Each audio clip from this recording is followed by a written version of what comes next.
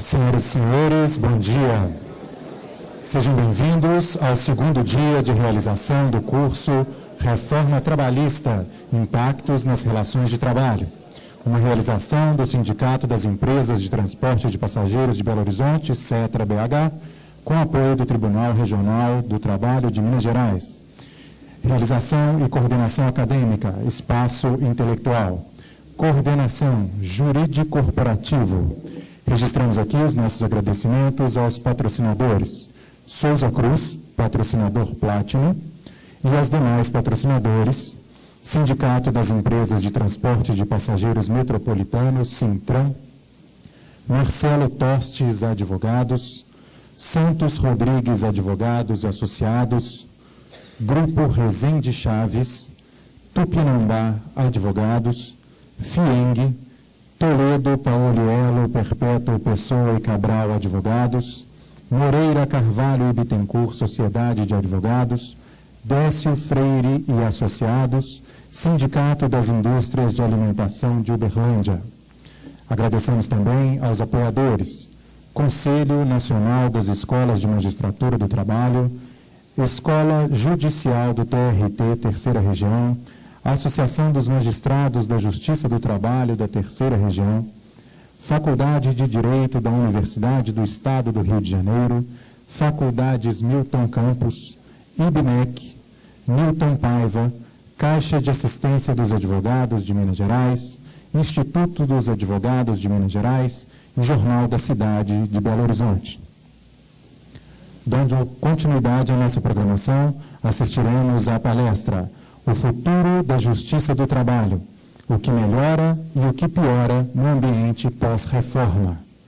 Eu gostaria de convidar o excelentíssimo senhor ministro, Dr. Luiz Roberto Barroso, acompanhado da diretora jurídica da Souza Cruz, doutora Carla Simas. Com a palavra, a diretora jurídica da Souza Cruz, doutora Carla Simas. Bom dia a todos. É uma grande honra apresentar o ministro Luiz Roberto Barroso, ministro do Supremo Tribunal Federal, mestre em Master of Laws pela Yale University, doutor em Direito Constitucional pela Universidade Estadual do Rio de Janeiro, pós-doutor pela Harvard University. O ministro tem diversas obras publicadas, dentre elas O Novo Direito Constitucional Brasileiro, Contribuições para a Construção Teórica e Prática da Jurisdição Constitucional no Brasil, pela editora Fórum, Curso de Direito Constitucional Contemporâneo, Os Conceitos Fundamentais e a Construção do Novo Modelo, pela editora Saraiva, O Controle de Constitucionalidade no Direito Brasileiro, Exposição Sistemática da Doutrina e Análise Crítica da Jurisprudência, também pela editora Saraiva. Eu passo a palavra ao ministro.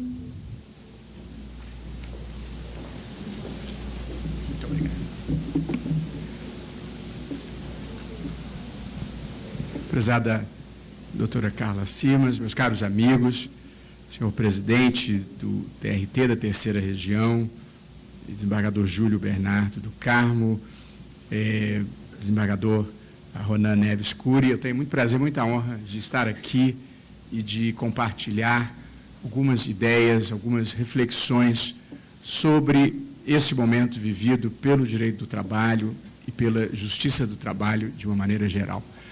O Brasil vive, como todos sabem, uma crise relativamente aguda nesse momento, uma crise de múltiplas dimensões, um pouco uma crise política, um pouco uma crise econômica que se manifesta no desemprego, um pouco uma crise moral que nos dificulta sair de um patamar ético inferior àquele que o país precisa trilhar.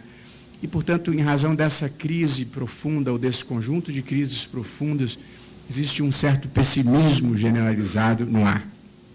Eu gostaria de dizer que eu não comungo desse sentimento, nem desse pessimismo. Dizem que o otimismo não ajuda muito, não há nenhuma garantia de que o otimismo resolva o problema. Mas parece que o pessimismo funciona. O pessimismo geralmente torna as coisas piores. Portanto, não é uma boa forma de a gente olhar a vida. Sobre pessimismo, eu me lembro sempre de uma história que eu ouvi do meu querido amigo Carlos Aires, o sujeito que foi ao médico, e o médico disse, eu tenho uma notícia ruim para te dar. Tenho uma ruim e outra pior. Eles vão me dar a ruim primeiro. Se você só tem 24 horas de vida. O que pode ser pior que isso? Estou para te falar desde ontem. Portanto, não é assim que eu penso a vida. Acho que nós vivemos um momento importante em que se abre uma possibilidade real de mudança no patamar geral do país, do patamar ético e também do patamar econômico, que nos ajude a sair desse quadro que nos limita muito de ser um país de renda média, que não consegue furar o cerco e ser verdadeiramente desenvolvido. Mas, apesar de alguma angústia dessa hora, nós temos algumas histórias de sucesso para celebrar. A primeira delas são 30 anos de democracia, com estabilidade institucional, estabilidade monetária e uma relevante inclusão social. E, na verdade, eu acho que uma democracia jovem como a brasileira ainda está repensando os seus valores e repensando as suas instituições. E um pouco é isso o que nós estamos fazendo aqui, tentando pensar a melhor forma de criar um país melhor. Eu gostaria de dizer que esta discussão sobre como elevar o patamar ético do país, como fazer algumas reformas econômicas e sociais decisivas para nós quebrarmos esse ciclo da renda média, esse é um conjunto de discussões muito melhor do que o que nós travávamos há 30, 40 anos atrás, que era como nós vamos nos livrar da ditadura militar, como nós vamos acabar com um contexto em que há tortura das pessoas, em que há censura às pessoas, em que não há uma cultura democrática de convivência entre os contrários. Portanto, apesar das muitas queixas que se possam legitimamente ter, eu acho que nós vivemos um momento muito mais venturoso na história brasileira do que aquele que nós já vivemos em outras épocas. Eu acho que neste repensar o país e reconstruir o país, é preciso reconhecer que nós no Brasil nunca superamos inteiramente um certo preconceito e uma certa desconfiança em relação à iniciativa privada. Há muitas razões que levam a esse tipo de visão do mundo. No caso brasileiro, penso que a opção que se fez aqui por um capitalismo de Estado, desde o período do início da industrialização, com a criação das primeiras grandes empresas nacionais, que eram empresas controladas pelo Estado, Companhia Nacional dos Motores, Companhia Hidrelétrica do São Francisco, a iniciativa privada no Brasil era frágil e, portanto, para que não se entregassem setores estratégicos ao capital estrangeiro, o Estado acabou se tornando um agente econômico muito importante. E, portanto, ao longo da década de 40 se criam as primeiras grandes empresas estatais.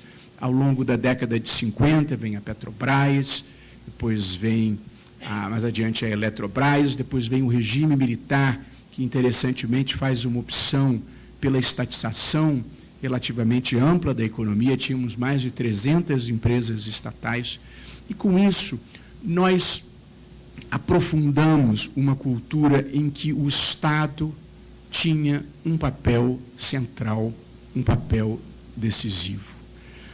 De onde veio a desconfiança que se instituiu com relação à iniciativa privada? É que o capitalismo de Estado, como tudo aquilo em que as decisões são excessivamente centralizadas, apresentava muitos problemas de favorecimento, de licitações duvidosas, golpes do mercado financeiro, latifúndios improdutivos, de modo que o espaço privado no Brasil sempre foi visto com uma grande desconfiança. porque tínhamos uma cultura dependente do Estado, porque tínhamos um capitalismo de Estado e porque tinham um capitalismo de favorecimento que, de certa forma, contaminou essa ideia. E com isso resultou que nós criamos uma sociedade viciada em Estado, viciada em financiamento público, viciada em paternalismo. E é muito difícil mudar esta cultura de dependência, porque a dependência ela traz certas comodidades e certos confortos, ao mesmo tempo em que ela infantiliza as pessoas. Portanto, ao fazer um debate sobre a reforma trabalhista, eu acho que é imprescindível reconhecer que nós ainda trazemos na sociedade brasileira um grande preconceito contra a iniciativa privada. Apenas que nesta fase da história da humanidade se constatou que os modelos de livre iniciativa, propriedade privada e decisões econômicas descentralizadas funcionam melhor do que os modelos de planificação central e de decisões econômicas tomadas no âmbito de um mesmo ente e, com frequência, via legislação. Portanto, assentada a essa... E ainda aconteceu mais um problema. Os fatos recentes da vida nacional confirmaram serem legítimas todas essas desconfianças.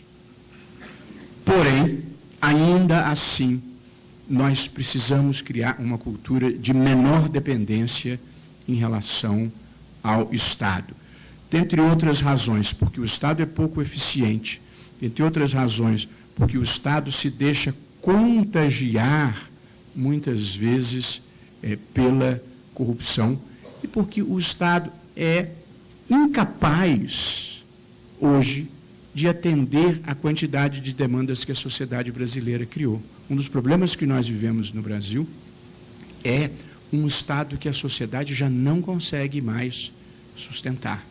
E se nós olharmos para qualquer Estado da Federação, vamos chegar à constatação de que quase todos eles estão insolventes e muitos estão tomando dinheiro emprestado para pagar salário. Eu não consigo imaginar nada mais trágico do que isso. Não é dinheiro para investir, é dinheiro para pagar salário. Portanto, não importa o que cada um pensava da vida, ideologicamente e filosoficamente. A verdade é que o Estado deste tamanho, o Estado que interfere em tudo, o Estado que toma as decisões pela sociedade, é o Estado que nos trouxe ao estado a que chegamos. E, portanto, esse é o estado que nós vamos ter que diminuir. Eu acho que essa é uma premissa de qualquer debate que se trave hoje no Brasil. A percepção de que o Estado tem limites e possibilidades e de que reconhecê-los adequadamente é um passo inicial para se avançar qualquer agenda.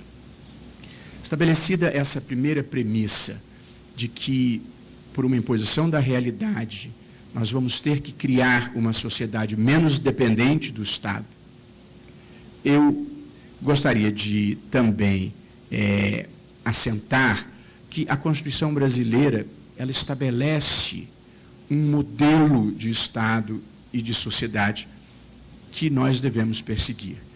E acho que este modelo se assenta em um tripé, que são democracia, livre iniciativa e justiça social. Esses três componentes, eu acho que devem presidir toda e qualquer reflexão sobre o que nós pretendemos fazer no Brasil. Estabelecidas essas ideias, a pergunta mais óbvia é: o que um professor de direito constitucional, não estou aqui na condição de ministro, estou aqui como professor de direito constitucional, tem a ver com este quadro de reforma trabalhista, que, afinal de contas, é um outro espaço da vida brasileira e da vida jurídica.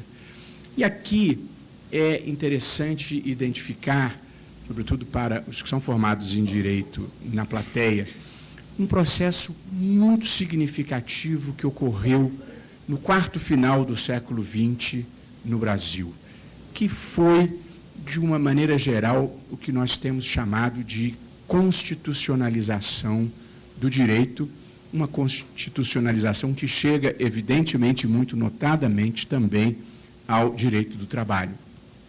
Os mais antigos aqui, e eu provavelmente já estou entre eles, a vida é cruel, Carlos. Quando eu comecei a dar aula de direito constitucional, muito cedo na minha vida, eu era apresentado, está aqui o jovem professor Luiz Roberto Barroso, aquilo me dava uma certa alegria. Agora eu já sou quase o decano dos professores de direito constitucional, embora decano mesmo seja o professor Paulo Bonavides, para quem me conhece, já nonagenário, professor cearense, uma figura extraordinária e que tem um grande senso de humor. E ele me disse que estava no balcão de uma companhia aérea um dia desses, e aí, andando na direção dele, um senhor já de idade bem avançada, ele é nonagenário, mas ainda tem um vigor físico, e aí veio andando na direção dele um desembargador aposentado já, apoiado numa bengala, e disse: professor Paulo Bonavides, eu fui seu aluno. E ele disse: não, meu amigo, deve estar havendo algum engano aqui. Pois há um fenômeno que aconteceu no quarto final do século XX, que foi esta passagem da Constituição para o centro do sistema jurídico, e ela repercute no nosso tema de discussão, ela repercute sobre a reforma trabalhista, ela repercute sobre as decisões do Supremo Tribunal Federal que impactaram esta reforma trabalhista. Mas quem lembrar, os mais antigos, era isso que eu dizia. Você tinha no Brasil o sujeito que era um advogado civilista, ele tinha em casa um Código Civil e um Código de Processo Civil. Você tinha os criminalistas que tinham em casa o Código Penal e o Código de Processo Penal. E os juízes laboristas tinham em casa uma CLT e, subsidiariamente, usava o Código de Processo Civil. Ninguém nem tinha Constituição. Ninguém se dava ao trabalho de ter essa despesa, porque a Constituição era totalmente irrelevante. As pessoas não usavam a Constituição nem como um instrumento de trabalho, nem como um modo de se olhar para o direito de uma maneira geral. Portanto, o direito, ao longo do século XX, herdeiro da tradição do século XIX, ele era um direito essencialmente privatista, em que os protagonistas eram o proprietário, o contratante, o empregador. E nós vamos chegando ao final do século XX e o direito vai se publicizando, a Constituição vai sendo deslocada para o centro do sistema jurídico, de onde sai o bom e velho Código Civil, depois substituído. Mas o centro do sistema, o direito comum, herdeiro da tradição romana, era o direito privado, era o direito civil. Quem lembrar, nós estudávamos teoria geral do direito em direito civil 1. Portanto, a teoria geral do direito era o direito civil. Era o direito privado. E, como eu dizia, esse direito passa a se constitucionalizar na Europa, a partir da Alemanha, a partir da Constituição de 1949, da criação do Tribunal Constitucional em 51, e depois de uma decisão célebre, num caso conhecido como caso Lutz, que introduz esta ideia que eu estou aqui compartilhando. É que a leitura de todo o sistema jurídico, ela deve se dar à luz da Constituição. Deve-se fazer uma filtragem constitucional e procurar realizar os valores da Constituição na interpretação e aplicação de qualquer ramo do direito infraconstitucional. Portanto, a constitucionalização do direito, que é esse fenômeno contemporâneo no qual eu quero contextualizar a nossa discussão sobre reforma trabalhista, ela, na verdade, a constitucionalização significa duas coisas, no caso brasileiro. A primeira, a vinda para a Constituição de um conjunto relevante de normas do direito infraconstitucional. A Constituição brasileira tem normas importantes de processo, de direito penal, de direito civil e de direito trabalhista, com um conjunto de dispositivos dedicados especificamente a disciplinar esta área do direito brasileiro. Estão lá nos artigos 7º, 8º, 9º, 10º. Portanto, a constitucionalização significa, em primeiro lugar, a vinda para a Constituição de dispositivos infraconstitucionais, no caso da constitucionalização do direito do trabalho, a vinda de normas de direito do trabalho para a Constituição. Mas a constitucionalização significa algo mais. Ela significa também a ida da Constituição para esses ramos, de modo que os institutos tradicionais do direito penal, do direito civil, do direito administrativo, do direito do trabalho, passam a ser lidos e interpretados à luz da Constituição, à luz dos princípios constitucionais de dignidade da pessoa humana, de igualdade, de razoabilidade, de busca por justiça material. Portanto, as duas considerações introdutórias que eu gostaria de fazer sobre o momento brasileiro envolvem esta primeira, que é a constitucionalização do direito, que repercute sobre o direito do trabalho, e a segunda é a judicialização da vida em geral, inclusive a judicialização da vida no direito do trabalho. Portanto, a constitucionalização, inclusive, trouxe uma curiosidade. Um dos importantes institutos criados pela Constituição de 1988, ele só veio a ser revigorado mais recentemente por conta de duas questões de direito do trabalho que chegaram ao Supremo Tribunal Federal. Eu estou me referindo ao mandado de injunção, que teve uma interpretação extremamente restritiva dada pelo Supremo num primeiro momento, e que só veio efetivamente a produzir a plenitude dos seus efeitos em duas questões trabalhistas muito interessantes. A primeira, a que envolvia a greve dos servidores públicos, quando o Supremo passou a entender que, diante da inércia do Congresso em regulamentar a greve nos serviços públicos, em mandado de injunção, seria possível criar a normatização própria, e mandou-se aplicar as regras que valem na iniciativa privada.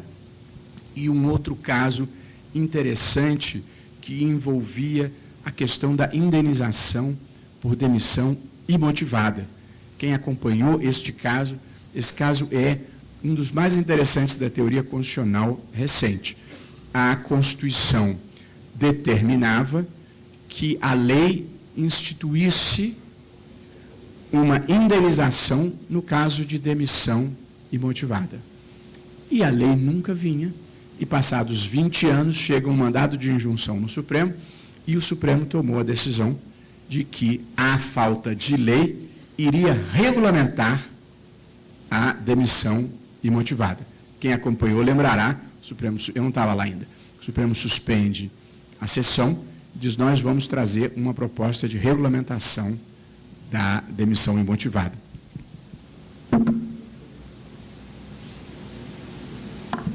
O que aconteceu? A lei, que nunca vinha diante da perspectiva do Supremo Tribunal Federal disciplinar essa matéria, as classes empresariais acorreram ao Congresso e conseguiram que a lei fosse aprovada num prazo relativamente exíguo, pela razão de que se esperava que do Supremo viesse alguma coisa mais à esquerda, mais protetiva do que aquilo que seria possível obter do Congresso. Aliás, essa é uma das circunstâncias brasileiras do momento que traz grande interesse no debate mundial. Geralmente, o Poder Judiciário e a Justiça, elas ficam à direita do processo político. No caso brasileiro, com frequência, elas ficam, as instituições judiciais, à esquerda do processo político majoritário. Mas, de relevante, o que eu queria destacar nesse primeiro capítulo há um fenômeno novo que muda o modo como nós todos operamos nas nossas vidas profissionais, em que ramo do direito seja, que é a constitucionalização do direito. É a interpretação dos institutos de todos os ramos do direito infraconstitucional à luz dos valores da Constituição.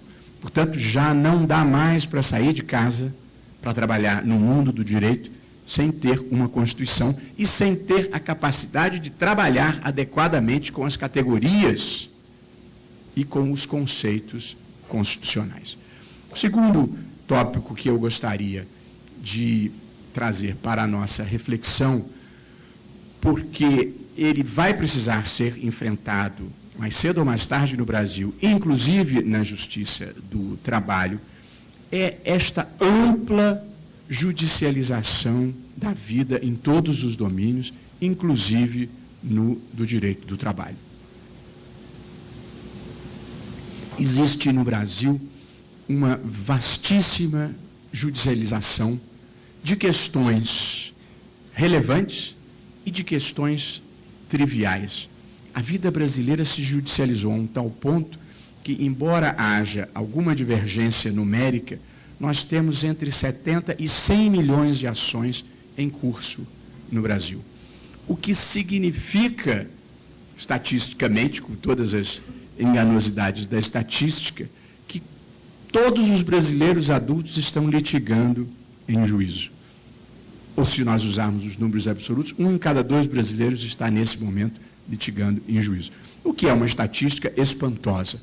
E nós todos sabemos que não é bem assim, porque existem alguns repeat players, existem alguns clientes preferenciais do sistema judicial, a começar, diga-se de passagem, pelo próprio poder público e pelo INSS. Mas o que eu queria dizer, judicializaram-se no Brasil algumas das grandes questões nacionais, do ponto de vista ético, questões como casamento de pessoas do mesmo sexo, interrupção da gestação, pesquisas com células-tronco embrionárias, judicializaram-se questões econômicas controvertidas, como correção nos planos econômicos em relação à poupança, à dívida dos estados, questões sociais muito relevantes, como ação afirmativa em favor de negros, proteção de deficientes físicos.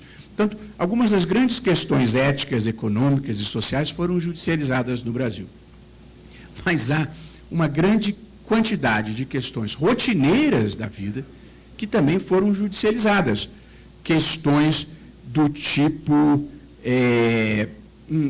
indenização devida por devolução de cheque, por inscrição indevida em cadastro de devedores, extravio de bagagem, corte de luz, falta de sinal telefônico. E vi uma decisão recentemente que era uma delícia, em que o STJ confirmava a decisão do tribunal de origem de que o colarinho do chopp faz parte da bebida para fins de medição pelo Inmetro. Portanto, a vida no Brasil se judicializou de fora a fora, eu diria, do sublime ao ridículo, ou do importante ao desimportante. Até porque, Carla, na vida, o que é importante para um pode ser totalmente irrelevante para outro, e vice-versa. Eu gosto de exemplificar isso. Eu tenho um cunhado que mora com a minha cunhada numa região mais rural, no Rio, em Taquatiara. Ele tem um caseiro, e ele disse que virou-se para o caseiro, ele é advogado, e disse: ô Pedro, você quer esse terno? E Pedro respondeu: terno quero não, mas o cabide eu aceito, sim, senhor. E, embora pareça um pouco surrealista essa história, é porque, para quem não usa terno, o terno não faz nenhuma diferença, mas o cabide tem alguma utilidade. Portanto, cada um tem as suas próprias utilidades na vida, e é difícil dizer o que é importante e o que é menos importante. Esta judicialização, e esse era um ponto a que eu queria chegar, ela produz um impacto relevante sobre a justiça do trabalho, e esse é um dos pontos que eu acho que a reforma trabalhista pretende enfrentar e, de alguma forma, neutralizar, que é esta judicialização intensa e, às vezes, nem sempre, despropositada da vida trabalhista. Eu, para essa nossa conversa, colhi alguns números. Segundo o levantamento do Conselho Nacional de Justiça, num estudo anual que faz, chamado A Justiça em Números, foram ajuizados na Justiça do Trabalho, somente no ano de 2015, 4 milhões de novos processos. 4 milhões de novos processos. O número é espantoso. Ele é, sobretudo, espantoso se nós compararmos com outros países. E aí nós vamos verificar esse dado. No Brasil, como não há, às vezes, estatística confiável, você fica dependendo do achismo e dependendo dos outros. Portanto, eu não fiz o levantamento, eu estou dando... Outro dia alguém me enxovalhou num artigo porque eu usei uma estatística. Eu fiz a pesquisa, o sujeito disse que era isso, eu usei. Se não for, paciência, sinto muito. Mas isso é uma coisa que nós precisamos do Brasil. Mais estatística e mais dados empíricos para a gente diagnosticar melhor a realidade. O Brasil é um país em que as pessoas acham muitas coisas que não procuraram. Portanto, é preciso trabalhar sobre dados. Eu gosto de dizer que as pessoas na vida têm direito à própria opinião, mas não aos próprios fatos. Portanto, a gente tem que trabalhar sobre fatos empiricamente demonstráveis. Mas do relatório na Câmara dos Deputados, do deputado Rogério Marinho, consta a seguinte informação. A França teve 75 mil novas ações trabalhistas. Os Estados Unidos tiveram 200 mil novas ações trabalhistas em 2015. No Brasil, houve 4 milhões de novas ações trabalhistas. Portanto, o dado por si só, independentemente de qualquer juízo de valor, já exige uma reflexão. É preciso refletir sobre as razões pelas quais nós temos uma judicialização nessa extensão. Pode ser, e acho que quando a gente faz uma pesquisa, a gente não começa com a resposta, a gente começa com as variáveis possíveis. É possível, muito possível, que uma grande quantidade de empregadores simplesmente não cumpra a legislação trabalhista, dando aso a esse tipo de litigiosidade. É muito provável que isso aconteça.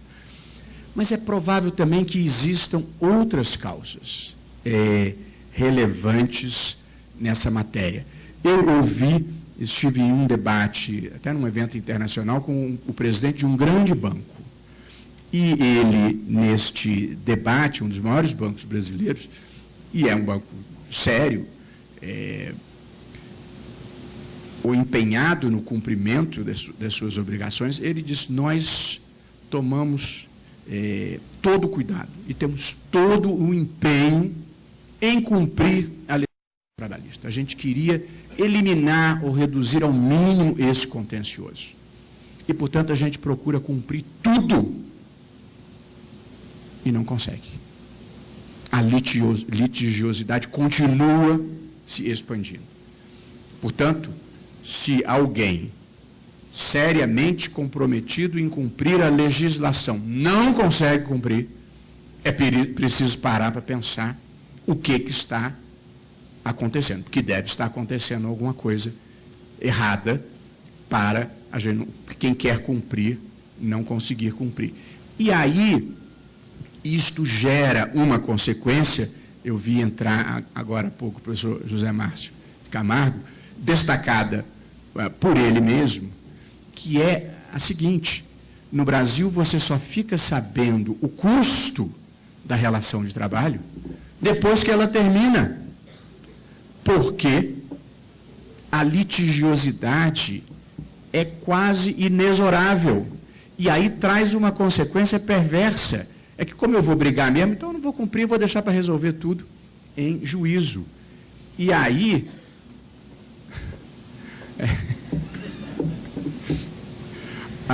e aí, enfim, não tem como. E aí, quando começou, eu falei assim, olha, o senhor tem 1 hora. Depois disse, olha, o senhor tem meia hora. Disse, agora o senhor só tem 15 minutos. Não consigo. Não consigo operar assim. Mas eu vou fazer o mais rápido que eu puder. Portanto, nesse tópico da judicialização, que eu acho que é uma preocupação real e que precisa ser enfrentada, eu acho que a reforma trabalhista incluiu isso no seu radar e traz alguns mecanismos. Ainda nesse domínio das estatísticas creditadas a terceiros, o professor Eduardo Gianetti, também num evento que estivemos juntos, disse que só um banco brasileiro, um grande banco brasileiro, tem mais reclamações trabalhistas do que todas as reclamações trabalhistas propostas nos Estados Unidos. Portanto, eu estou fazendo esses comentários, não é propriamente um juízo de valor, mas nós temos que pensar. A legislação é muito complexa, é muito possível. Será que é barato demais litigar no Brasil? Eu acho que também se tem que colocar essa equação na mesa. Não que se deva pensar em criar preços proibitivos que tornem o acesso à justiça inviável. Isso seria um absurdo. Essa é uma das conquistas brasileiras. Mas, de novo, trabalhando com dados e a pesquisas, é preciso que o custo do litígio não seja irrelevante.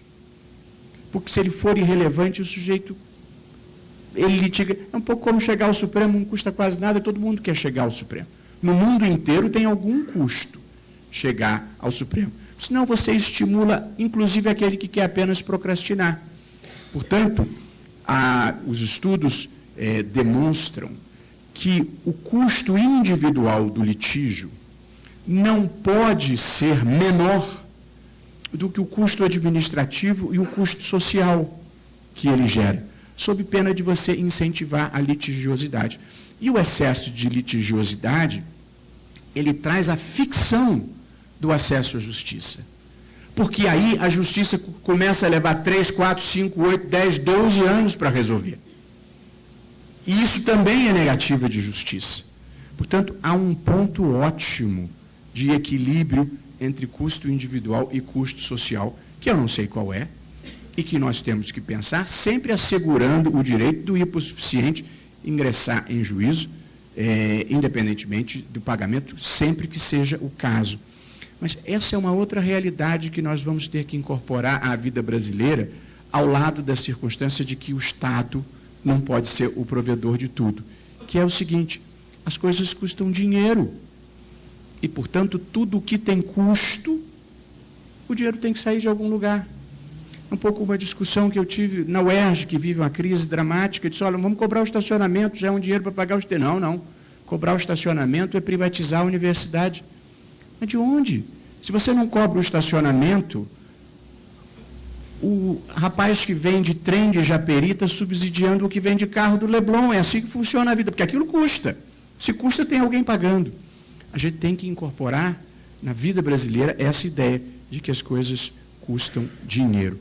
Eu tinha um capítulo sobre um conjunto de dados que eu considero importantes da realidade brasileira de desemprego, de informalização, de produtividade, mas eu, diante da solicitação, eu vou passar adiante nesse tópico para chegar no capítulo final, que diz respeito precisamente a como as decisões, 3 que eu vou destacar em seguida, encerrar, do Supremo, repercutiram decisivamente sobre a reforma trabalhista e ajudaram a empurrar a história.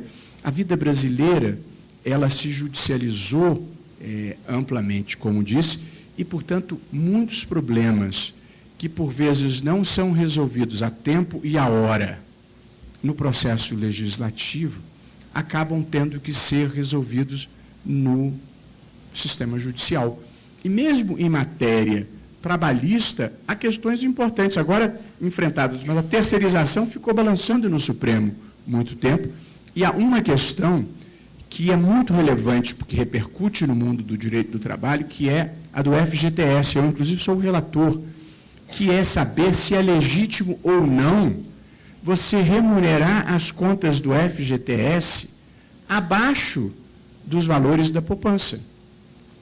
Porque se esta é uma poupança do trabalhador, por que razão ele não recebe o mínimo que uma aplicação segura, que é a da caderneta de poupança, oferece a todos os poupadores? A justificativa é que este dinheiro é utilizado para o financiamento de projetos sociais, inclusive do Minha Casa é Minha Vida. Bacana. Embora aconteçam coisas ruins também nesses financiamentos. Mas o dinheiro é meu, né? Portanto, esse é um debate. Agora, provavelmente o Supremo Tribunal Federal não é o melhor lugar para resolver esse problema. Mas, se não vier uma solução do Congresso, vai acabar sendo resolvido pelo Supremo. E aí vem a queixa, está vendo, estão legislando, estão interferindo na política. As coisas precisam ser resolvidas. Portanto, a primeira decisão que eu acho que foi um impulso decisivo para a reforma trabalhista, inclusive é amplamente citada no relatório, foi a decisão no recurso extraordinário 590-415 de Santa Catarina, que foi o caso célebre do plano de demissão incentivada, utilizado pelo Banco do Estado de Santa Catarina, que depois foi sucedido pelo Banco do Brasil. O que aconteceu ali e por que esta foi uma mudança emblemática na jurisprudência e depois ela se refletiu de maneira decisiva na reforma trabalhista. Ali acontecera o seguinte: os sindicatos haviam negociado com o banco um programa de demissão incentivada, de adesão facultativa pelos empregados do banco. Uma funcionária adere ao plano de demissão incentivada e recebe o valor correspondente a 78 meses de salário.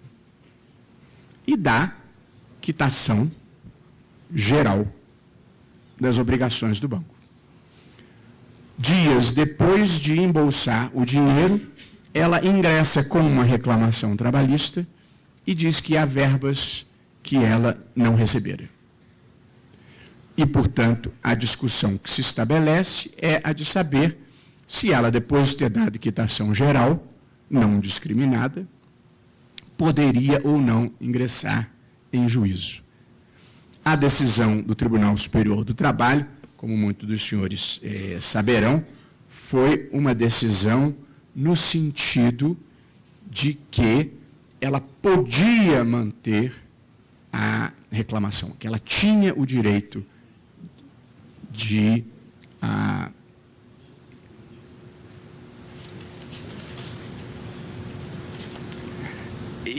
portanto, o TST entendeu que era possível dar quitação geral em plano de demissão incentivada, embolsando o dinheiro a maior e depois ingressar com reclamação trabalhista.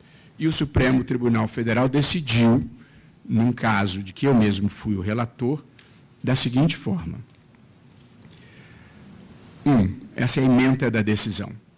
Plano de dispensa incentivada aprovado em acordo coletivo que contou com ampla participação dos empregados. Previsão de vantagem aos trabalhadores, bem como quitação de toda e qualquer parcela decorrente da relação do emprego. Faculdade do empregador de optar ou não pelo plano. E aí digo eu, validade da quitação ampla, não incidência na hipótese, essa era a discussão, do artigo 477, parágrafo 2º da CLT, que restringe a eficácia liberatória da quitação aos valores e às parcelas discriminadas no termo de rescisão exclusivamente. Portanto, aqui o Supremo assentou a premissa de que aquilo que tenha sido legitimamente negociado em acordo coletivo e que tenha recebido a adesão voluntária do empregado, vale, mesmo sobre aquilo que expressamente preveja a CLT. E uma das lógicas do meu voto, foram dois os argumentos, é a de que a superproteção que se dá no caso do dissídio individual não se aplica no caso de negociação coletiva em que você tem dois sindicatos dos dois lados, um sindicato de cada lado. E, portanto, se você aderiu espontaneamente ao plano devidamente informado, o Estado tem o dever de proteger o hipossuficiente, mas não de incentivar que ele seja incorreto. E, portanto, o acordo tem que valer. Esta foi a tese que prevaleceu no Supremo. Eu penso que esta é a tese que está na espinha dorsal da reforma trabalhista. Portanto, eu acho que esta decisão ajudou a dar um empurrão nessa matéria. Posteriormente a ela, o ministro Teori Zavascki, saudoso e querido ministro Teori Zavascki, entendeu, num caso que envolvia o pagamento de horas in itinere, disse ele o seguinte: a recorrente firmou um acordo coletivo de trabalho com o sindicato da categoria à qual pertence, para que fosse suprimido o pagamento das horas in itinere e, em contrapartida, fossem concedidas outras vantagens aos empregados. A decisão do TRT, neste caso, entendeu que não era possível o afastamento do pagamento das horas in itinere em acordo coletivo, mas Teori, essa é uma decisão monocrática, reiterando o entendimento da decisão anterior do programa de demissão incentivada, consolidou, eu penso, o entendimento do Supremo de que, pelo menos em acordos coletivos, o que seja acordado, se não for ilegítimo, deve prevalecer.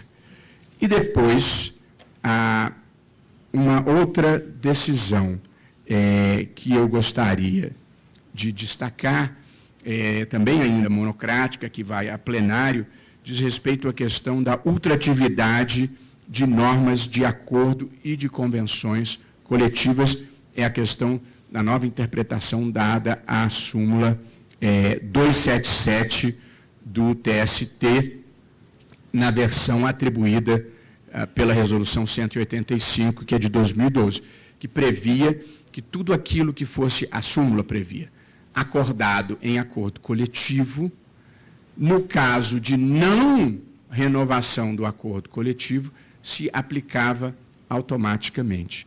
E aqui, e precisando já encerrar, seguindo o segundo horário que me deram, que era acabar até 11h30, eu gostaria de fazer uma reflexão. Eu acho que parte da lógica adotada pela reforma trabalhista foi uma lógica de que o excesso de proteção muitas vezes desprotege. E há estudos que eu citava num dos capítulos que precisei pular, que procuram demonstrar isso, que quando você tem um excesso de proteção trabalhista, você produz uma consequência colateral, ou mais de uma, que são desemprego e informalidade. Eu não sou a pessoa certa para atestar se esta tese é verdadeira. Ela é plausível, mas fazendo uma comparação, eu sou capaz de demonstrar que em matéria de locação aconteceu algo que confirma esta tese. A locação, no Brasil, a lei de locações, no Brasil, até a lei atualmente em vigor, era altamente protetiva do locatário. E, portanto, uma vez alugado o apartamento, o proprietário só podia retomá-lo se fosse para si ou para membro de parente em linha direta. O que isto provocou no Brasil? Provocou, em primeiro lugar, uma quantidade imensa de retomadas para uso próprio fraudulentas. E, em segundo lugar, produziu o fato de que muitos proprietários guardavam o imóvel apenas como reserva de capital e nem alugavam para ter renda, pelo fato de que depois ele não conseguia retomar nunca mais, porque você fazia o contrato por prazo certo, determinado, depois ele se tornava por prazo indeterminado e você só podia retomar para uso próprio. Veio a nova legislação e estabeleceu que você alugava por prazo determinado, um prazo longo, de mais de 30 meses, e, ao ao final do prazo determinado, estabelecido, você podia retomar o imóvel, se assim lhe aprovesse. Qual foi a consequência prática, relevante, da redução do excesso de proteção do inquilino? Aumentou exponencialmente a oferta de imóveis para aluguéis e o preço da locação caiu significativamente. Portanto, este é um exemplo histórico e economicamente documentado de como existe um nível ótimo de proteção a partir do qual você prejudica aquele a quem você quer proteger. Eu acho que é isso que a gente precisa ter em conta em matéria do direito do trabalho. Quem precisa de proteção é o empregado, não é a empresa. Porém, há um nível ótimo de proteção a partir do qual a vida fica pior para o empregado. E, portanto, eu acho que é o nosso papel identificar qual seja esse ponto de equilíbrio. E, quando o empregado tiver razão, dar razão ao empregado, quando a empresa tiver razão, dar razão à empresa. A lógica de que o empregado tem sempre razão também estimula o comportamento incorreto. E há esse excesso de litigiosidade. Eu estou falando problemas, eu não sou um militante da justiça do trabalho, mas eu sou um observador da vida brasileira. Eu tenho uma pessoa querida, e vou concluir, que saiu de um grande banco. Ela era uma empregada qualificada de um grande banco. Recebeu uma oferta melhor para ir trabalhar numa empresa de cartões de crédito. E ela, então, que trabalhou muitos anos no banco, tinha amigos do banco, gostava do banco, procurou o banco e disse: eu recebi essa proposta. E eu vou aceitá-la, a menos que vocês possam cobrir. O banco disse: eu não posso cobrir. E, portanto, ela recebeu todas as verbas rescisórias, saiu de bem, sem nenhuma queixa. A pessoa me contou, portanto, a história é de primeira mão.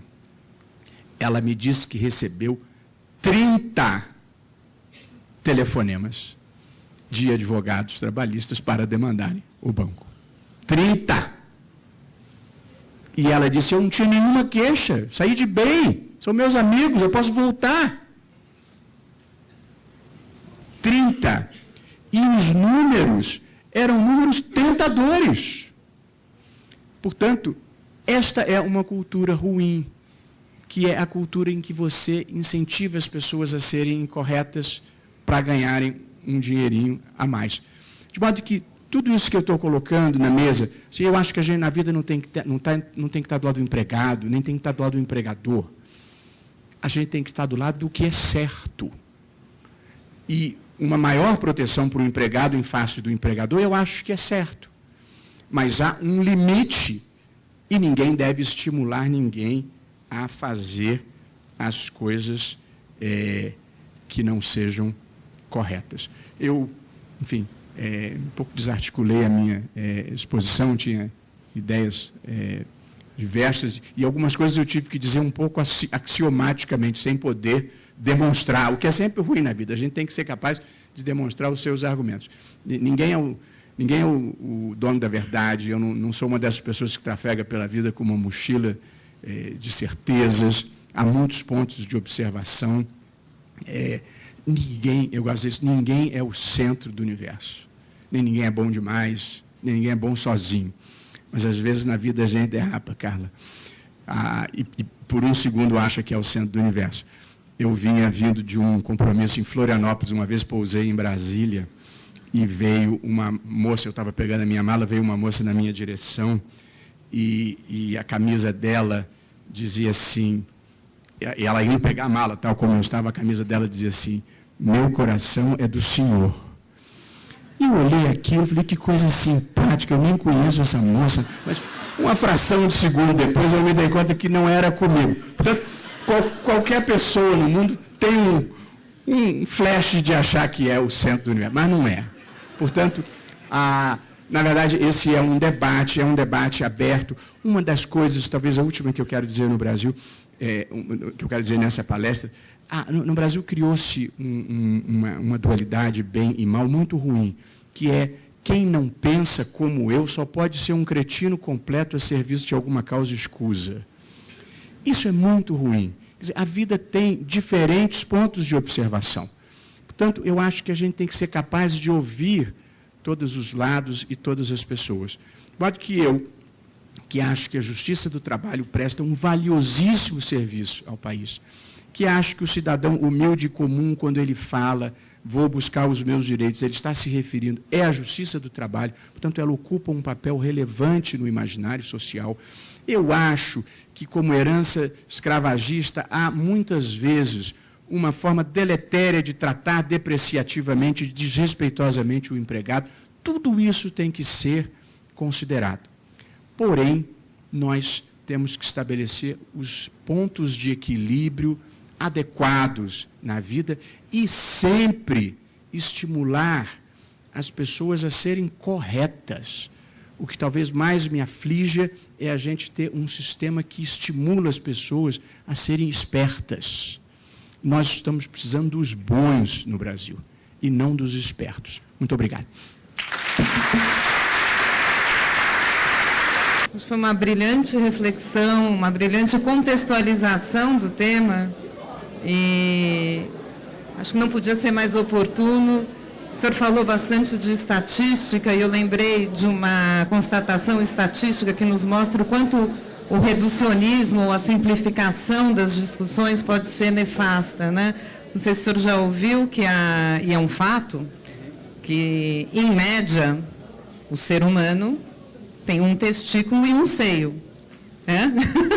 Então, na verdade, é uma análise extremamente reducionista e simplista, e eu acho que as reflexões que o senhor colocou aqui, dentro desse contexto histórico, social, econômico, né, dessa reforma, nos trazem, nos ajudam muito a refletir sobre esse tema tão importante de uma forma ampla, contextualizada. Muito obrigada. E eu gostaria, de, em nome dos organizadores, de entregar para o senhor um pequeno presente. E assim eu passo a palavra aos organizadores para as próximas recomendações aí. Muito obrigado. Nós agradecemos a participação do excelentíssimo senhor ministro, Dr. Luiz Roberto Barroso, e também da diretora jurídica da Souza Cruz, doutora Carla Simas. Passaremos agora a nossa próxima atividade. Assistiremos, então, à palestra Grupo Econômico, Sucessão e Responsabilidade por Créditos Trabalhistas, um cenário de maior segurança jurídica. Para a palestra, eu gostaria de convidar o excelentíssimo senhor ministro, Dr. Valmir Oliveira da Costa, acompanhado do presidente da mesa, desembargador, Dr. Luiz Romão Neves Couro. Bom dia a todos. Eu acho que todos nós, entorpecidos ainda pela palestra do ministro, pelo brilhantismo da palestra, pelas reflexões colocadas, e vamos então agora voltar, né, aquilo que a gente entende que deve ser a nossa rotina aqui nesse seminário. Eu gostaria de cumprimentar, em primeiro lugar, o ministro do TST, Valmir Oliveira da Costa. Gostaria também de cumprimentar os desembargadores aqui, ao ministro Vantur Abdala também, que ontem nos brindou com uma brilhantíssima também palestra. Queria cumprimentar os desembargadores, eu não vou dizer o nome para não correr o risco, né? Os desembargadores aqui do nosso tribunal, desembargadores de outros estados que também estão presentes. Queria aproveitar para também cumprimentar os juízes do trabalho da capital, juízes do trabalho do interior, né? Todos que acorreram a esse seminário, né? Os advogados aqui presentes, também, advogados também de fora, de outros estados, os estudantes também aqui, estagiários, servidores, assessores, assistentes, cumprimentar a todos. E eu, em primeiro lugar, gostaria de agradecer à direção do CETRA pelo convite que me foi formulado para presidir essa mesa. Agradecimento na pessoa do Dr. Joel Pasqualini, que é o presidente do sindicato. E o agradecimento renovado, porque aqui não vou correr risco de ter réplica e tréplica, né? Isso já é uma vantagem. Eu só vou aqui cumprimentar o ministro e não vou ter esse risco. Isso, para mim, já estou ganhando, né, nessa história. Eu também gostaria de, agradecendo o convite, registrar os meus parabéns à diretoria do CETRA pela realização desse evento, dada a sua magnitude. O CETRA realizou, no ano passado, 2 eventos da maior relevância sobre o Código de Processo Civil e agora, mantendo o mesmo padrão de qualidade, realiza esse seminário da reforma trabalhista. Então, meus cumprimentos à diretoria do CETRA, meus cumprimentos em especial ao assessor jurídico, o advogado, o verdadeiro esteio desse encontro, que é o doutor Gustavo Versiani. Parece que ele saiu para conduzir o ministro, mas eu não poderia deixar de fazer esse registro do trabalho que ele faz. Eu até brinquei que nós, na escola, precisamos adquirir esse know-how de fazer um seminário, né, dessa expressão, né, dessa importância. E, portanto, meus cumprimentos a ele também. Esse tema da reforma, né, me desculpe, ministro, antes de fazer a sua apresentação, é um tema que mexe com todos nós, né? A gente tem as posições favoráveis, posições contrárias, e, no fundo, a gente fica com uma vontade danada de falar alguma coisa. Essa que é a grande questão. Mas aqui não é esse o meu papel, não é esse o momento para falar alguma coisa. Eu não quero deixar bem claro que não penso de forma, vamos dizer assim, absolutamente desfavorável à reforma, mas um absolutamente muito forte desfavorável à reforma eu não penso, né? Eu só coloco, uma questão que me incomoda bastante, é essa tramitação da reforma, sem entrar no mérito, sem discutir, né, o que a reforma trouxe, as vantagens da reforma, aspectos positivos, aspectos negativos. Mas o que me deixa muito perplexo, vamos dizer assim, é o fato de nós termos um Código de Processo Civil que tramitou por 5 anos, com uma vacatio legis de 1 ano. E nós temos uma reforma que tramitou com menos de 6 meses, com uma vacatio legis de 4 meses. Então, acho que isso aí diz tudo, né, em relação aos objetivos, os interesses, enfim, aos prejudicados também. Eu queria, antes de ler o currículo, para a apresentação do ministro Valmir, dizer que eu tive a honra de conviver com o ministro no Tribunal Superior do Trabalho, no período de 2000 a 2007. Nós dois, como desembargadores convocados, e, a partir daí, eu estabeleci uma relação de amizade, para mim, muito importante com o ministro, e daí também a minha satisfação, a minha alegria em apresentar o ministro Valmir. Desde aquela época, né, nós éramos praticamente um desembargador de cada estado, convocado TST, o ministro já se destacava pela sua cultura, pelo seu discernimento superior, pela sua perspicácia, e principalmente pela sua busca incessante de fazer justiça nos casos de relatoria dele. Então, eu passo aqui agora a leitura do currículo do ministro Valmir Oliveira Costa, que é ministro do Tribunal Superior do Trabalho, mestre em instituições jurídico-políticas, Direito do Trabalho pela Universidade Federal do Pará, membro titular da Comissão de Jurisprudência do Tribunal Superior do Trabalho, presidente da primeira turma do Tribunal Superior do Trabalho, membro da Academia Brasileira de Direito do Trabalho, membro da Academia Nacional de Direito Esportivo, com as seguintes obras publicadas: Danos Morais nas Relações Laborais, Competência e Mensuração, primeira edição Curitiba, Juruá 2000, e Acórdãos Didáticos, Jurisprudência e Recurso de Revista no TST, primeira edição São Paulo, LTR. E não está aqui na relação que me foi apresentada, mas o ministro também teve a publicação de um livro em sua homenagem, com 25 autores, muitos deles do processo civil. Então, tem que ser feito esse registro. E eu, depois da leitura desse alentado currículo, o que eu posso fazer, né, e eu acho que é a ansiedade de todos nós, e eu acho que eu já estou falando demais, é passar a palavra para o ministro Valmir Oliveira Costa. E agradeço, desembargador e amigo Luiz Ronan, a gentil apresentação.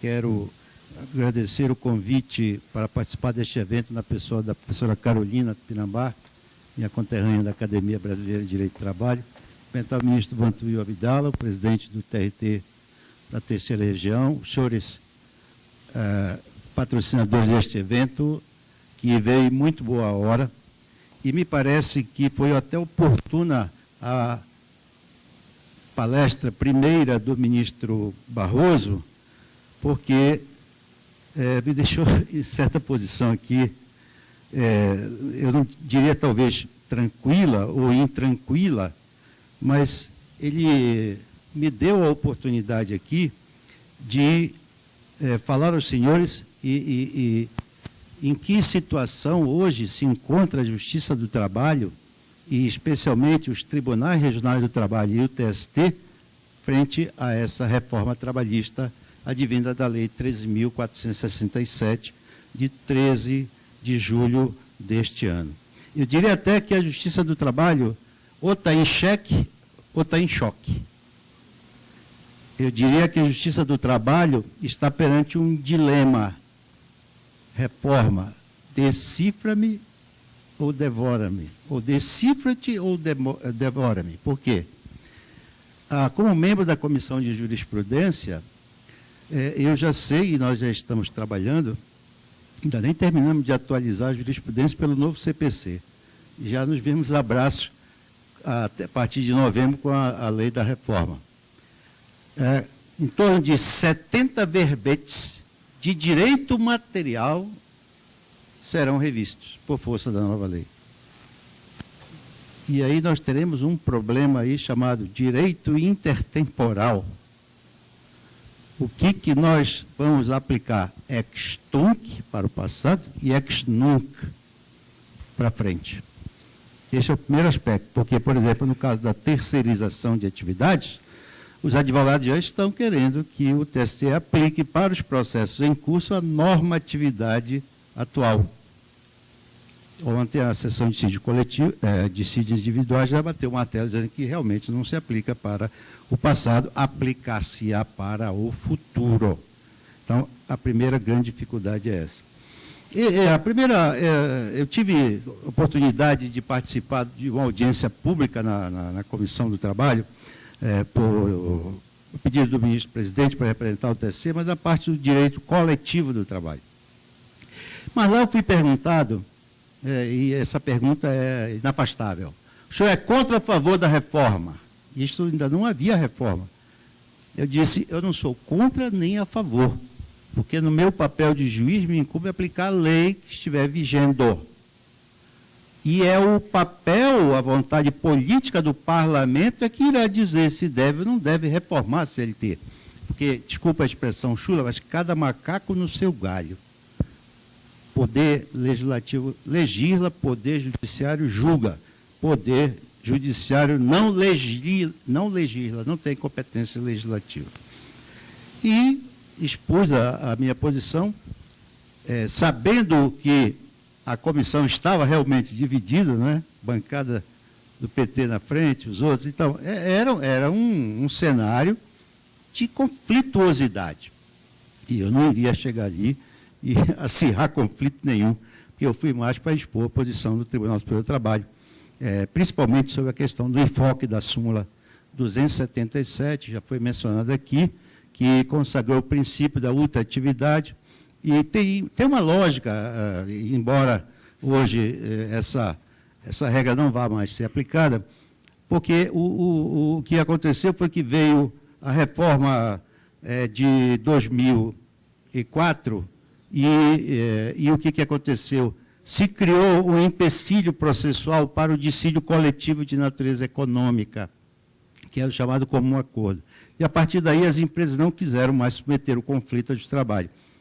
Portanto, não havia mais nem negociação coletiva autônoma, porque não se celebravam normas coletivas, como, por exemplo, o acordo coletivo e a convenção, para aquelas cláusulas, e vejam bem, eram cláusulas sociais, não eram cláusulas econômicas, nem cláusulas obrigacionais que tinham a ultratividade. Aquelas que estabeleciam, por exemplo, garantia no emprego, conquista histórica de 20 anos. Para este aspecto é que o TSE disse, afeta-se no tempo, porque uma coisa é a vigência da norma coletiva, perdeu o prazo de vigência, mas não perdeu o prazo da eficácia dela no tempo. Ela projeta os efeitos, salvo se uma nova negociação coletiva for alterada. Essa ratio decidente da súmula 277, tão criticada, e com um detalhe, nunca foi aplicada para o passado, para criar passivo, nunca. A norma revogada nunca foi repristinada. Não tem uma decisão no TSE que eu conheço que tenha aplicado. Tem decisão na primeira turma minha que eu não apliquei ultratividade de norma coletiva que já tinha perdido o prazo de vigência. Então, eu desafio aqui quem me prove que criou algum passivo. Não encontrei nenhum.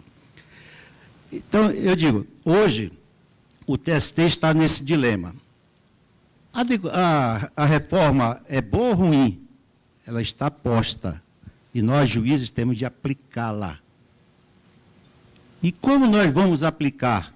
Dentro da interpretação que o sistema jurídico nos permite. O que significaria essa interpretação? Primeiro, o aspecto central, já foi veiculado pelo ministro Barroso aqui, é a validade da negociação coletiva autônoma.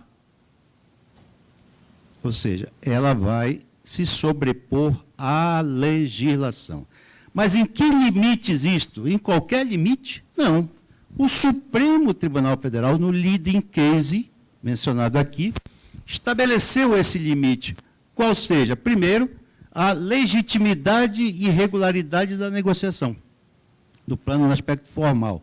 E no aspecto substancial, embora a lei diga que o juiz de trabalho só poderá examinar os aspectos formais da negociação. Ora, qual é o juiz civil que examina um negócio jurídico só pelos seus aspectos formais? E é vedado ele examinar os aspectos substanciais.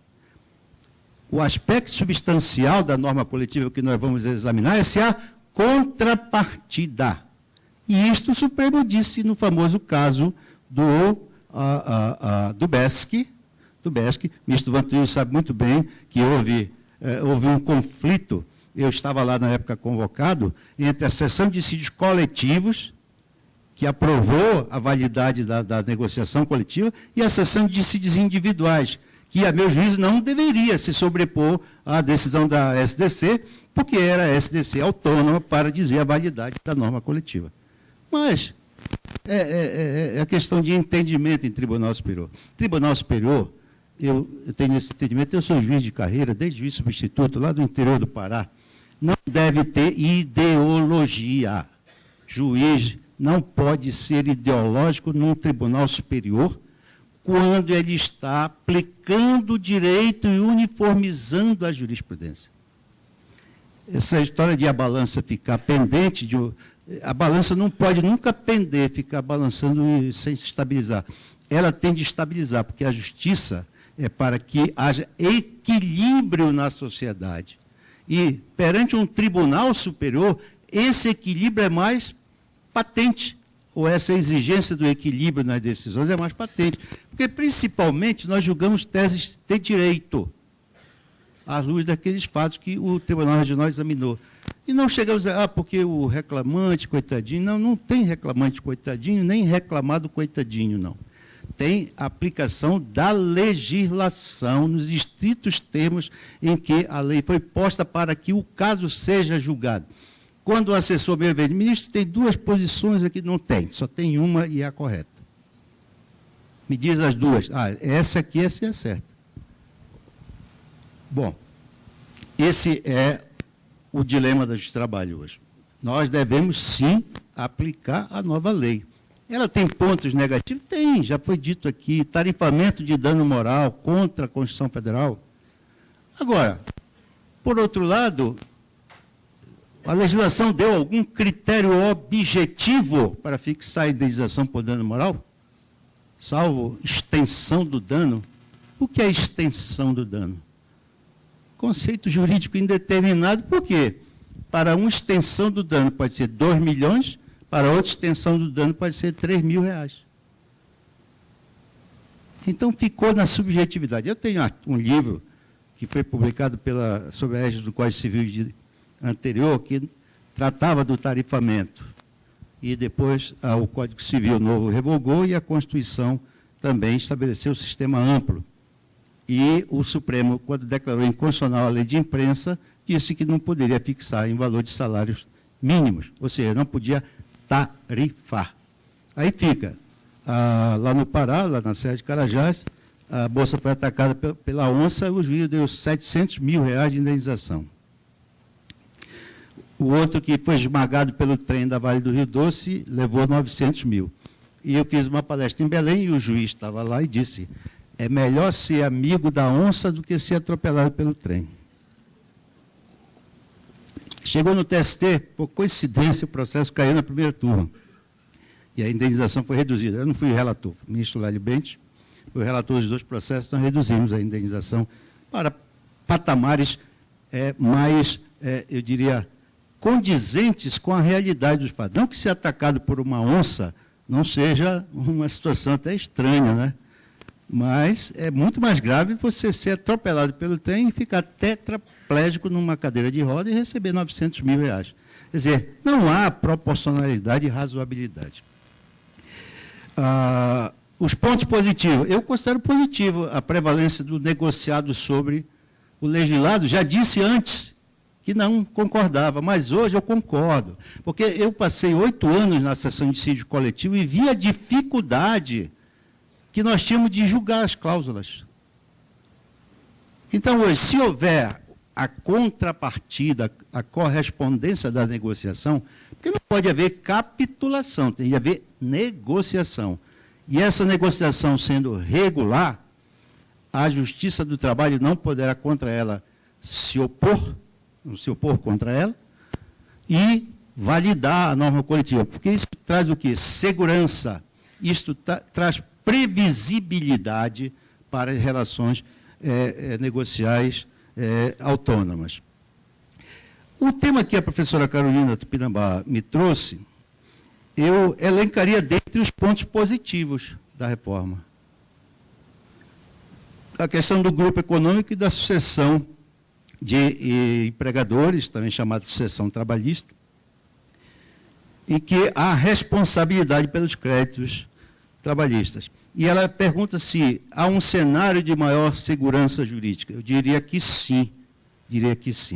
A primeira alteração foi no artigo 2º, parágrafo 2º da CLT, onde se traz o conceito de grupo econômico. Não vou ler aqui, porque eu tenho só 50 minutos para falar. O que se discutia na época? O grupo econômico é um aglomerado, uma reunião, uma aglutinação de empresas. A legislação usa a expressão empresa e não pessoa jurídica, exatamente para pontificar o chamado princípio da despersonalização da empresa. Esse grupo de empresas, nos termos do artigo 2º, parágrafo 2º, na redação anterior, ele era responsável solidariamente pela relação empregatícia. Bastava que o empregado trabalhasse para uma empresa do grupo, ainda que não houvesse, os sócios não fossem comuns, havia responsabilidade solidária.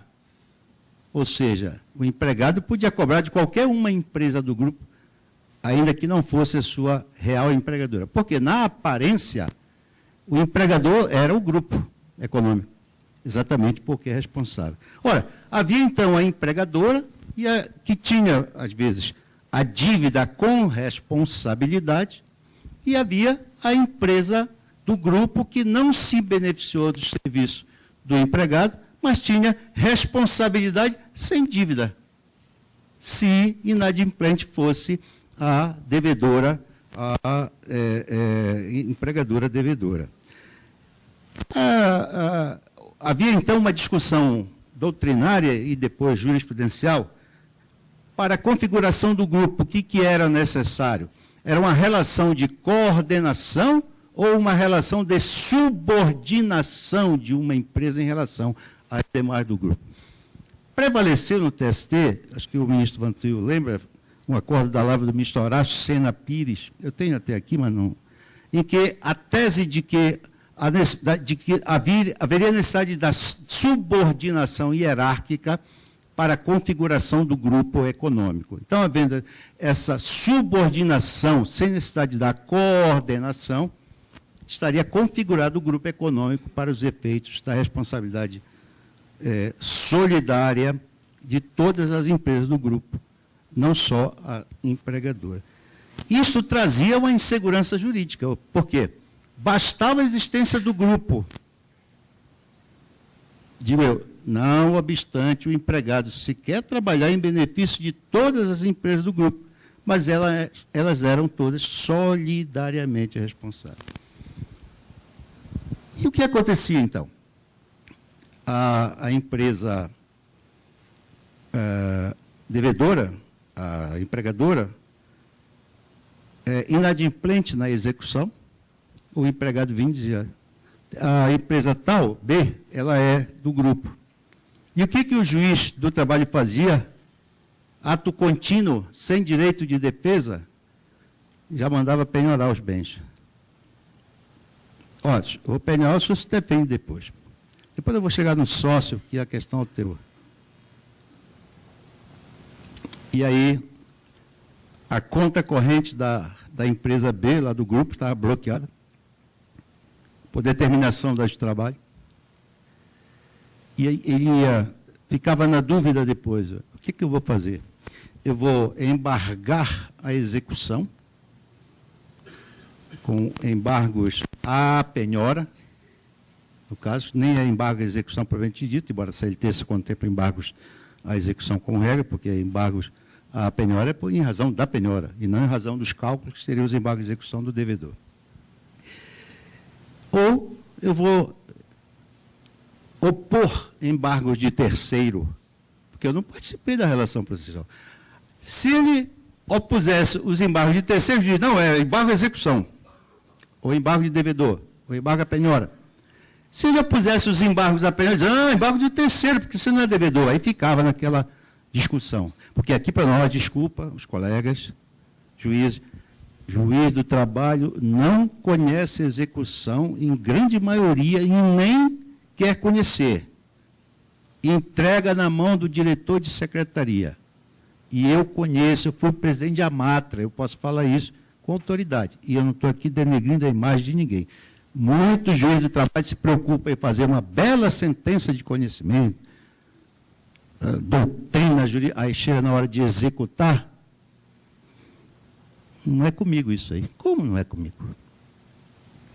Hoje, não é mais assim. Hoje, a própria reforma incorporou na legislação trabalhista as normas do processo civil sobre o incidente de desconsideração da personalidade jurídica. Hoje, o juiz não pode ser mais atrabiliário de executar a empresa do grupo econômico, ou, depois nós vamos ver, os sócios, sem lhe oportunizar prévio direito de defesa.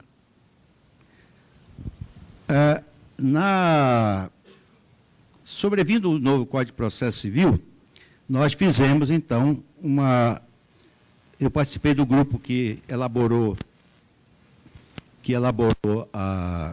Instituição Normativa 39, e nós fizemos incluir o cabimento do incidente de desconsideração da personalidade jurídica, que agora pode ser, inclusive, na fase de conhecimento e depois na fase de execução. Exatamente para que o terceiro, ainda que ele possa integrar o grupo econômico, não seja surpreendido com a penhora de seus bens ou com uma decisão judicial, um processo do qual ele não participou. Não se defendeu.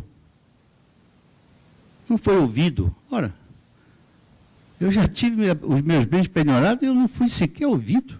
Como é isso? Como é que pode? Mas o juiz de trabalho faz isso. Os senhores sabem disso e eu não estou aqui criando nada, inovando nada, eu estou falando a verdade. E quem me conhece sabe que eu falo a verdade. Costumo falar a verdade, doa a quem doer. Então, hoje, a lei estabeleceu requisitos objetivos para a configuração do grupo econômico.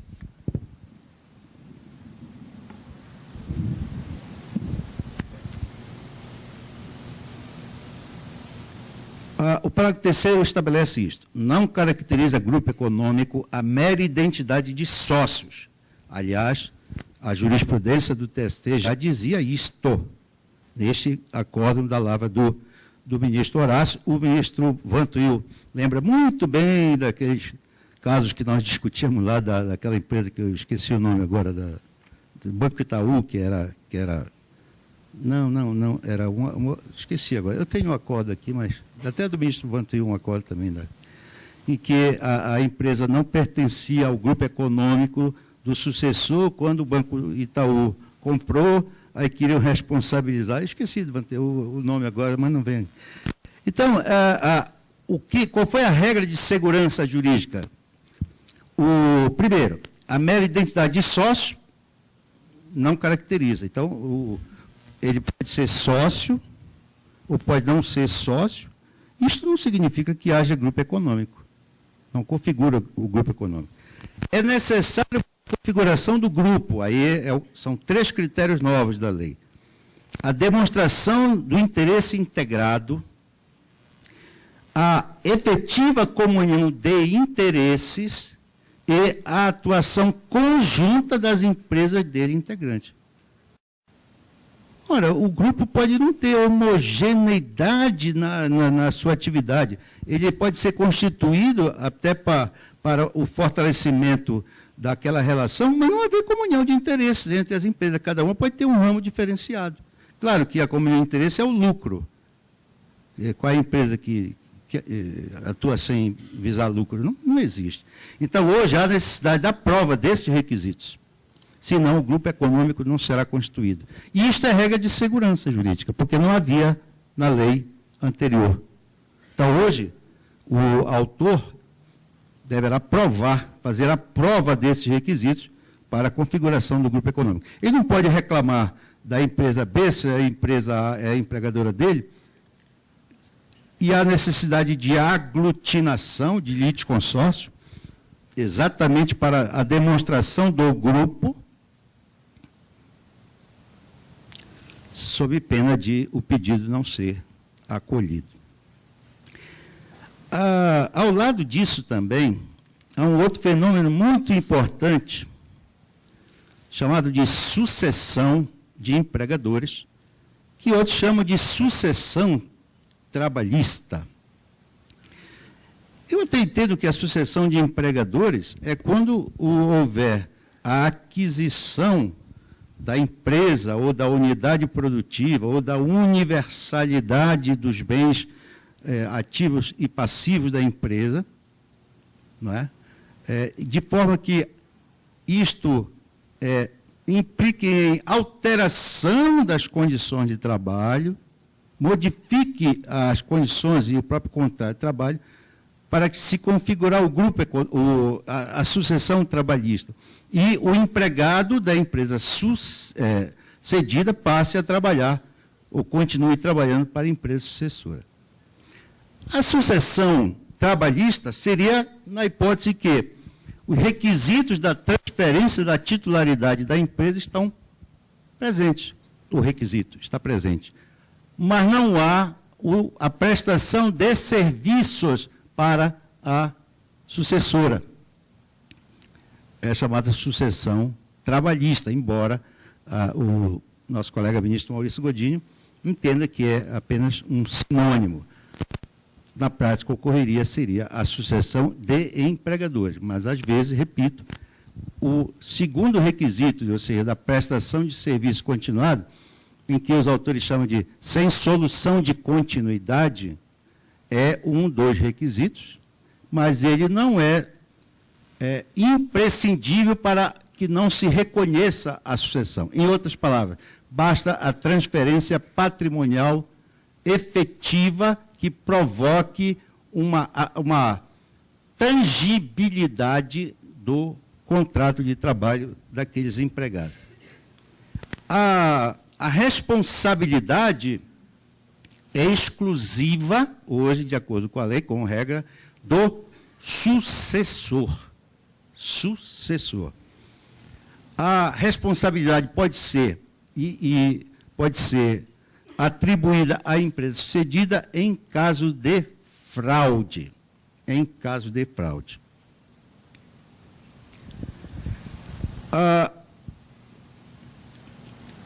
Vinculado tanto ao artigo 2º quanto ao artigo 448 da CLT, que trata da sucessão, nós temos aqui o artigo 10A, que é uma nova redação,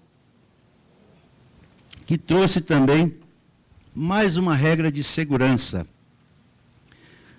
jurídica para as relações societárias, que terá reflexo na relação empregatícia, na relação de trabalho. O artigo 10A, ele estabelece o seguinte, com a nova redação: o sócio retirante responde subsidiariamente, ou seja, secundariamente, pelas obrigações trabalhistas da sociedade relativas ao período em que figurou como sócio, somente em ações, aí que vem o prazo decadencial, até 2 anos depois de averbada a modificação do contrato, observada a seguinte ordem de preferência: 1. Primeiro, empresa devedora. 2, sócios atuais. E 3, sócio retirante. Esta é uma ordem preferencial. O juiz não pode subverter esta ordem, chamado benefício de ordem. Ela deve ser aplicada. Primeiro, a devedora, porque tem dívida e tem responsabilidade. Segundo, os sócios atuais. Não tem dívida, mas tem responsabilidade. E terceiro, os sócios retirantes, que também não tem a dívida, mas tem a responsabilidade secundária. Limitada a quê? A 2 anos. Ora, isto já havia previsão nos artigos 1032 e 1033 do Código Civil. Mas o juiz do trabalho não aplica. O juiz da fazenda não aplica. Ninguém aplicava. E principalmente o juiz do trabalho, porque ele dizia o quê? Em primeiro lugar, o caráter alimentar do salário. Me desculpem, mas é a válvula comum. Eu me lembro que eu julguei um processo no TST, era um recurso de revista na execução, que é um dos mais difíceis, porque é só a violação direta e literal da Constituição, em que o sócio, um senhor de 94 anos, teve penhorada a sua pensão, e ele veio no recurso de revista por violação do artigo 7º, inciso 10 da Constituição, que trata da proteção do salário. Eu digo, é por aqui mesmo que eu vou. Princípio da proteção do salário. E dei provimento ao recurso e mandei devolver o valor penhorado. Veio o exequente, reclamante, em embargos de declaração e me diz: o senhor violou a minha dignidade. Aí eu disse: não violei não. porque em matéria de dignidade, é dignidade de um lado, dignidade do outro. Então, o que vale aqui é a dignidade constitucional, mas daquele que a lei protege quanto à impenhorabilidade de parte da renda, qual é a sobrevivência dele. Porque eu não vou retirar a renda de alguém para passar para outro, claro que tem necessidade, e deixar dois em situação difícil, porque nem aquela renda bastaria para quitar aquele débito. Então, isso aí é o juízo de ponderação, é só um exemplo que eu estou dando aqui. A questão, por exemplo, do sócio. O sócio se retira, às vezes tem 1%, nem vou dizer que é sócio laranja, tem 1%, se retira da sociedade. 5, 6, 10 anos depois, a conta dele é bloqueada. Ele vai ver, peguei na Junta Comercial, na Receita Federal, o senhor foi sócio, o senhor vai responder. Não, mas já passou do prazo de 2 anos. Não, o trabalho de proteção é do crédito do trabalhador.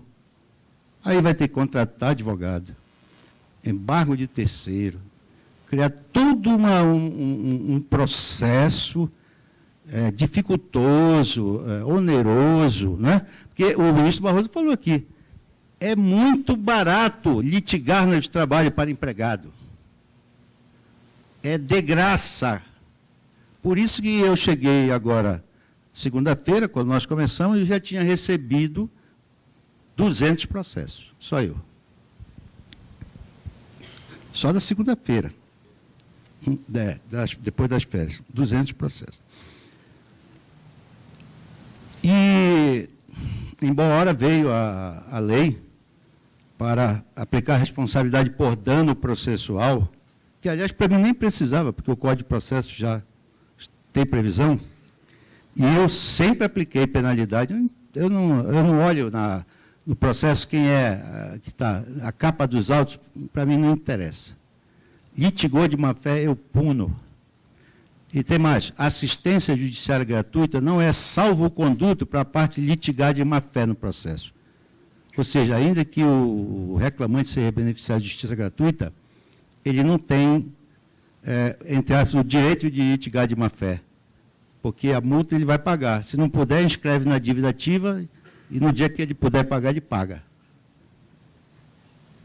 Por isso que também veio em boa hora a sucumbência, para eliminar esta litigiosidade sem tamanho que nós temos no Brasil. Vocês pensam que eu não me frustro? Eu tenho 13 mil processos no meu gabinete. Parece que eu não trabalho. Eu, em Belém do Pará, o meu prazo para julgar um processo era 5 dias. Aqui eu levo anos para julgar um processo. Porque é preguiça, eu entro de manhã 8h30 e saio 7 da noite, não sei o que eu vou fazer. Então, tem que, na origem é que tem que acabar. Cumulação de pedidos. Sabe o que é acumulação de pedidos, né? A a Z, às vezes é A1, A2, AB, C2, 3. Aí sai acordo de 100 páginas. Aí eu digo, olha, está vendo aqui? Ganhou um tema, tem 10 pedidos, aí tem... O recurso principal do reclamante tem 10 temas. O recurso da reclamada, o adesivo, tem 10 temas. Aí nós temos de examinar 10 de um, 10 do outro.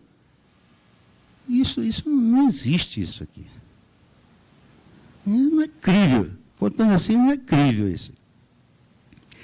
Então, esta regra traz segurança para os sócios e ela deve ser aplicada assim. Então, em regra, ele responde subsidiariamente durante os 2 anos. A exceção é da responsabilidade solidária quando o sócio retirante, juntamente com os demais sócios, agir com fraude na alteração societária decorrente da modificação do contrato. Essa regra aqui, em alguma medida, já existia na lei das sociedades, que o sócio só responderia quando ele agisse com fraude ou dolo ou fraude. Mas o juiz do trabalho não queria nem saber, não. Em qualquer sócio, ainda que ele não tivesse direção do estabelecimento ou do empreendimento, ele era responsabilizado. Porque tinha que mandar cobrar o crédito do reclamante. Eu sei que o desembargador Marcelo pertence ali, tá? Se tivesse réplica, ele ia me replicar, não era, desembargador?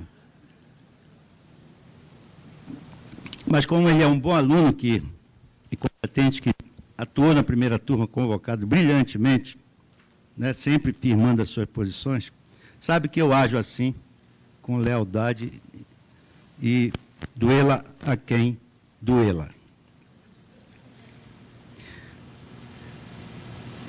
O artigo 448 da CLT, ele complementa a regra da sucessão do artigo 10.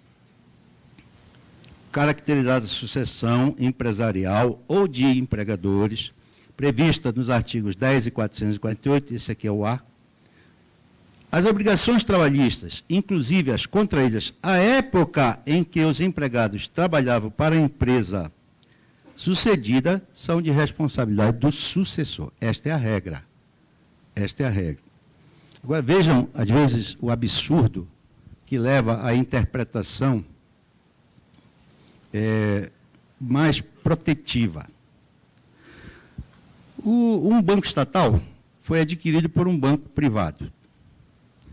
Nesse banco estatal, como sempre ocorre no Brasil, havia uma norma regulamentar que estabelecia que os empregados teriam direito a 20% de abono de participação no lucro. Esse banco nunca deu lucro, só deu prejuízo, tanto que ele foi vendido em asta pública. Portanto, os empregados nunca ganharam nada de abono. O banco sucessor, que responde pelas dívidas anteriores e aquelas posteriores, distribuía lucros de 5% para os seus empregados. 5%. E esse banco privado tinha bastante lucro. O que aconteceu? Os empregados do banco sucedido ingressaram em juízo e pediram: eu quero os 20% do lucro do banco sucessor, ou seja, queria ser sócio. 20% do lucro, sócio. Quase sócio. E aí, qual era o artigo? O artigo que se buscava esta salvaguarda, que é o guarda-chuva de tudo na CLT, 468, alteração das condições de trabalho em prejuízo, e o 10 e 448, a alteração na estrutura jurídica da empresa não afetará os contratos de trabalho e os direitos adquiridos dos empregados. Está vendo? Nós temos direito a 20. E aí o TST começou. Uma turma a favor, outra contra. Foi para a SDI, que bateu o martelo e disse: não, senhor, é melhor 5% de alguma coisa do que 20% de nada. E não se invocou aqui regra de sucessão que preserva direito. Por quê? Porque aquele de 20% era aleatório, inexistia. Portanto, a normatividade aqui, ela foi estabelecida de uma maneira em que não houvesse uma situação absurda que a lei não prevê, que é esse direito adquirido. Como é que eu posso ter direito adquirido se eu nunca recebi aquela vantagem? Então, nós pacificamos nesse sentido. A empresa sucedida responderá solidariamente, é a única hipótese, a sucedida com a sucessora, quando ficar comprovada a fraude na transferência. Então, em caso de fraude, a empresa sucedida responde juntamente com a sucessora. A regra, portanto, é que o sucessor responde, a exceção, se houver fraude, respondem os dois, sucessor e sucedido. Não é? Me deram só 5 minutos, então vou ter que caminhar para o final. Não há sucessão de empresa em recuperação judicial, nem empresa falida que é adquirida em asta pública. Leilão público, não há sucessão. O Supremo Tribunal Federal em razão da Lei 11.101 de 2005, bateu o martelo, principalmente naqueles casos de empresa de transporte aéreo, dizendo que, no caso de alienação de empresa em recuperação judicial, no processo de recuperação judicial, não ocorre o fenômeno da sucessão, ou seja, ela não vai responder pelos débitos anteriores da empresa adquirida, sucedida, nem na recuperação e nem na falência que for decretada em juízo com a asta pública para alienação. Esta é também uma regra de segurança jurídica que fará com que o negócio jurídico no Brasil, ou os negócios jurídicos, tenham mais segurança e previsibilidade. Recentemente, nós julgamos o caso da TAP, que adquiriu uma parte da Varig, e placitamos, ou seja, confirmamos essa tese de que, no caso, ela, como adquiriu no processo de recuperação judicial a empresa, parte da Varig, ela não responde pelos débitos trabalhistas dos empregados da empresa sucedida. Apenas dar rapidamente a rácio legislatório, ou a meios legislatórios aqui do Senado, se diz aqui na exposição de motivos que incluiu-se o artigo 10A da CLT para estabelecer que o sócio retirante responde subsidiariamente pelas obrigações trabalhistas da sociedade relativas ao período que figurou como sócio, somente em ações ajuizadas até 2 anos de averbada modificação no contrato, observada a ordem de preferência, e elucida aqui. Em relação ao artigo 448-A, o legislador estabelece que criam-se regras no tocante às obrigações trabalhistas quando da venda de uma empresa ou estabelecimento. A empresa sucessora será responsável, no primeiro momento, por eventual passivo trabalhista pretérito, porque mantém patrimônio e faturamento vigentes na atividade econômica. A responsabilidade da empresa sucedida será solidária com a sucessora quando for detectada fraude na transferência a qualquer tempo, porque pode ser uma transferência fictícia, né? Fraudulenta, e, portanto, não gerará efeitos jurídicos para os contratos de trabalho. Quanto à questão do grupo econômico, foi estabelecido que, no momento da execução, não sejam mais incluídos indevidamente no rol de devedores sócio a empresa que dele não deveria constar. Não é?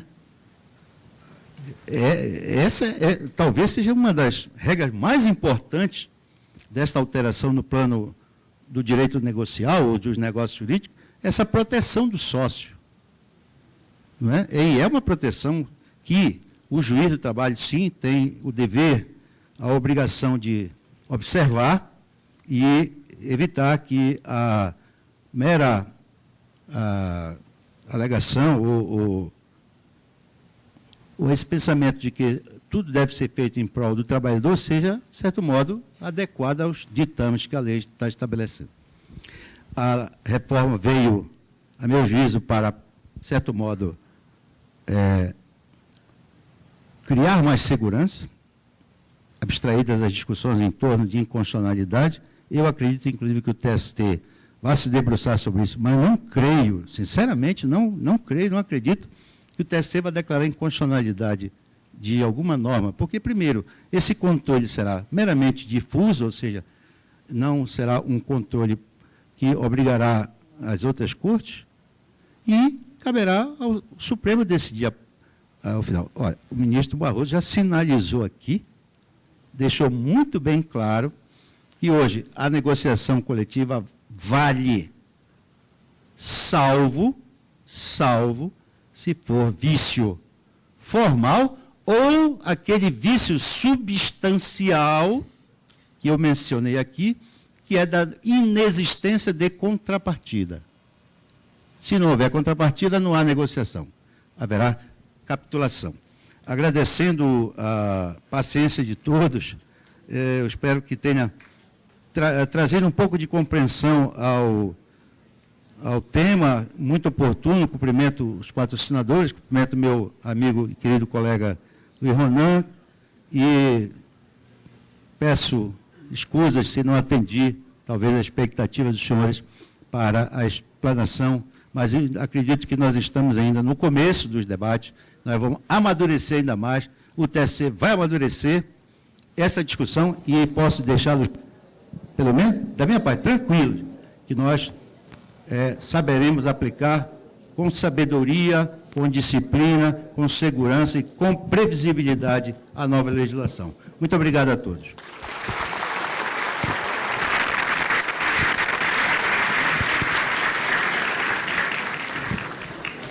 Bom, ministro Valmir, gostaria de agradecer mais uma vez Vossa Excelência, cumprimentar pela brilhante palestra, e Vossa Excelência traz um aspecto importante, que é a sua experiência na magistratura. Quer dizer, não só a sua condição de ministro do TST, ministro brilhante, com julgados aí que são referência, mas principalmente a sua condição de magistrado de carreira, que tem uma grande experiência, e foi importante trazer para nós essas reflexões, não é, que nos deram, no primeiro momento, luz em relação àquelas dúvidas iniciais. Então, gostaria de cumprimentar a Vossa Excelência e gostaria de passar para a Vossa Excelência também aqui uma lembrança aqui da organização do evento.